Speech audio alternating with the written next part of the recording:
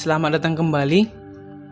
Pada video sebelumnya, kita telah membahas tentang klasifikasi protokol, yaitu protokol routing, default routing, multiple gateway, dan routing dan packet forwarding. Nah, sekarang kita akan melanjutkan materinya. Masih dari klasifikasi protokol, materi yang akan kita bahas pada hari ini yaitu bridging, variable length subnet mask, classless interdomain routing, dan routing table. Kompetensi dasarnya juga masih sama, yaitu memahami proses routing dan mengkaji jenis-jenis routing.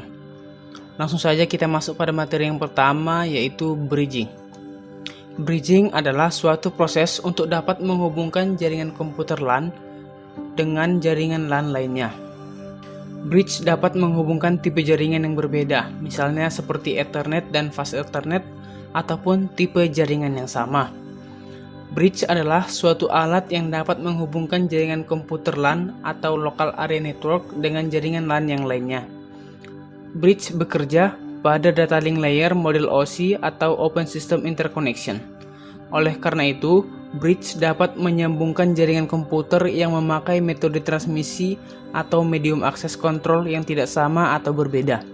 Bridge juga adalah alat yang dapat mempelajari alamat link yang ada pada setiap perangkat yang terhubung dengannya dan juga mengatur alur frame berdasarkan alamat tersebut.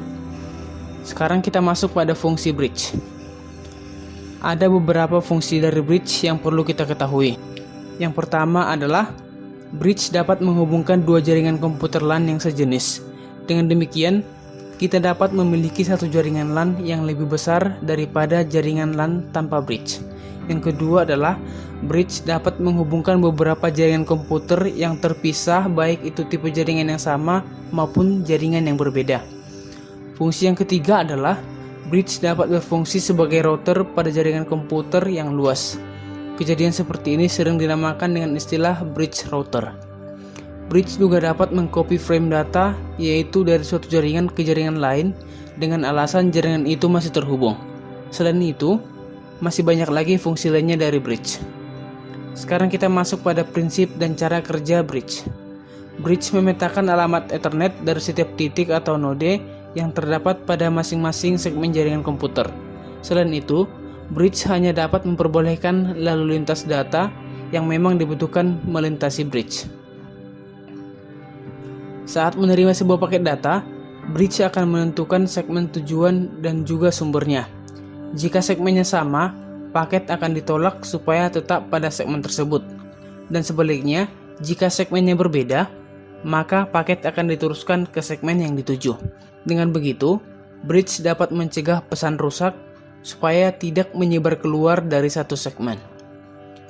Bridge merupakan alat yang bekerja pada physical layer dan data link layer. Dengan demikian, dapat mempengaruhi kerja jaringan LAN jika sering terjadi komunikasi yang berbeda di jaringan LAN. Itulah prinsip dan cara kerja bridge. Gimana? Sejauh ini bisa dipahami ya? Kita lanjutkan materinya. Klasifikasi protokol selanjutnya adalah variable length subnet mask.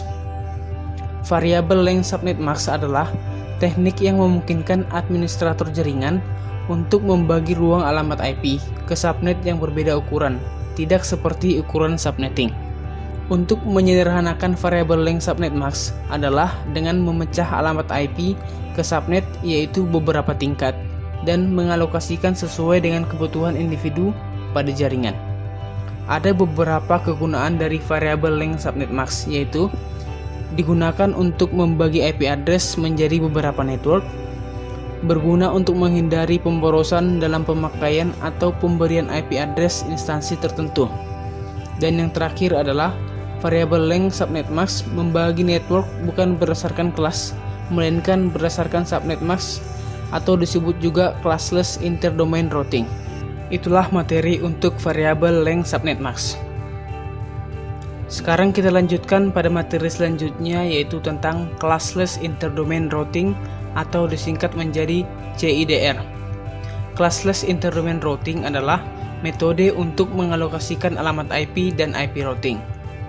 CIDR adalah sebuah cara alternatif untuk mengklasifikasikan alamat-alamat IP Berbeda dengan sistem klasifikasi ke dalam kelas A, kelas B, kelas C, kelas D, dan kelas E, disebut juga sebagai supernetting.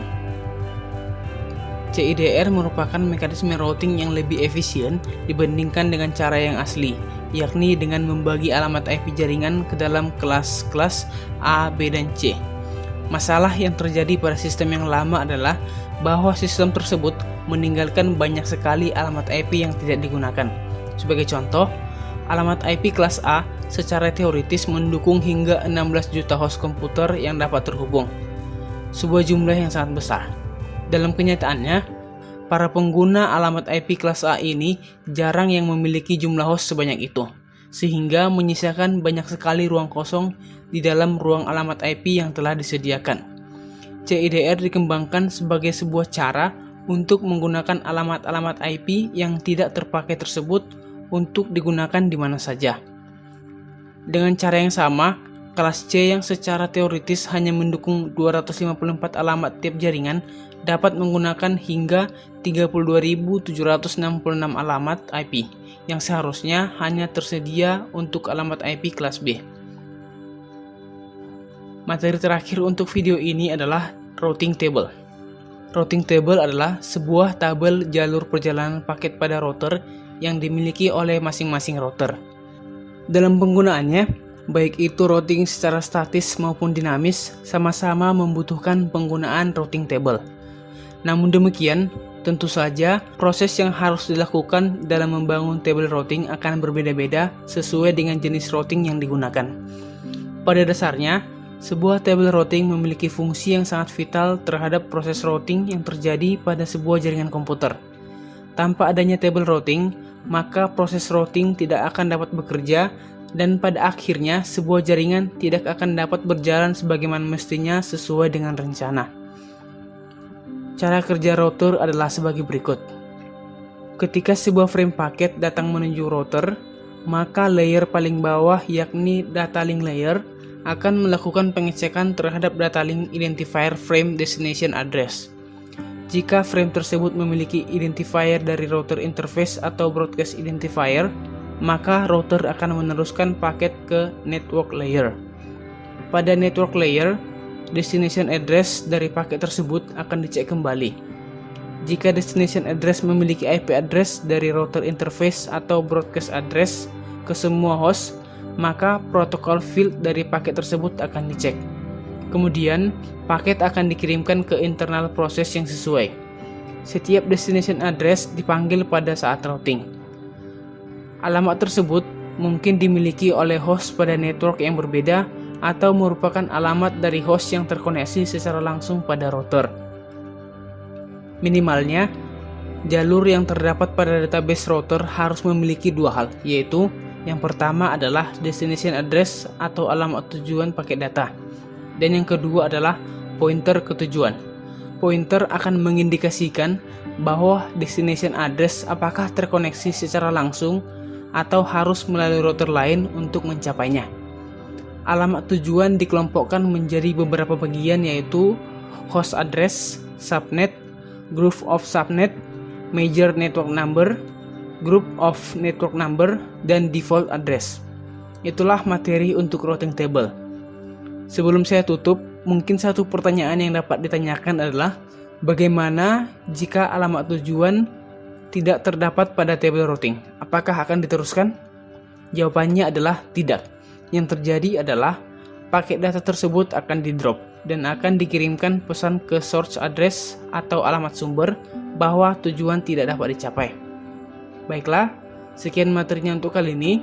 Jika ada yang kurang dimengerti, silahkan ditanyakan. Terima kasih.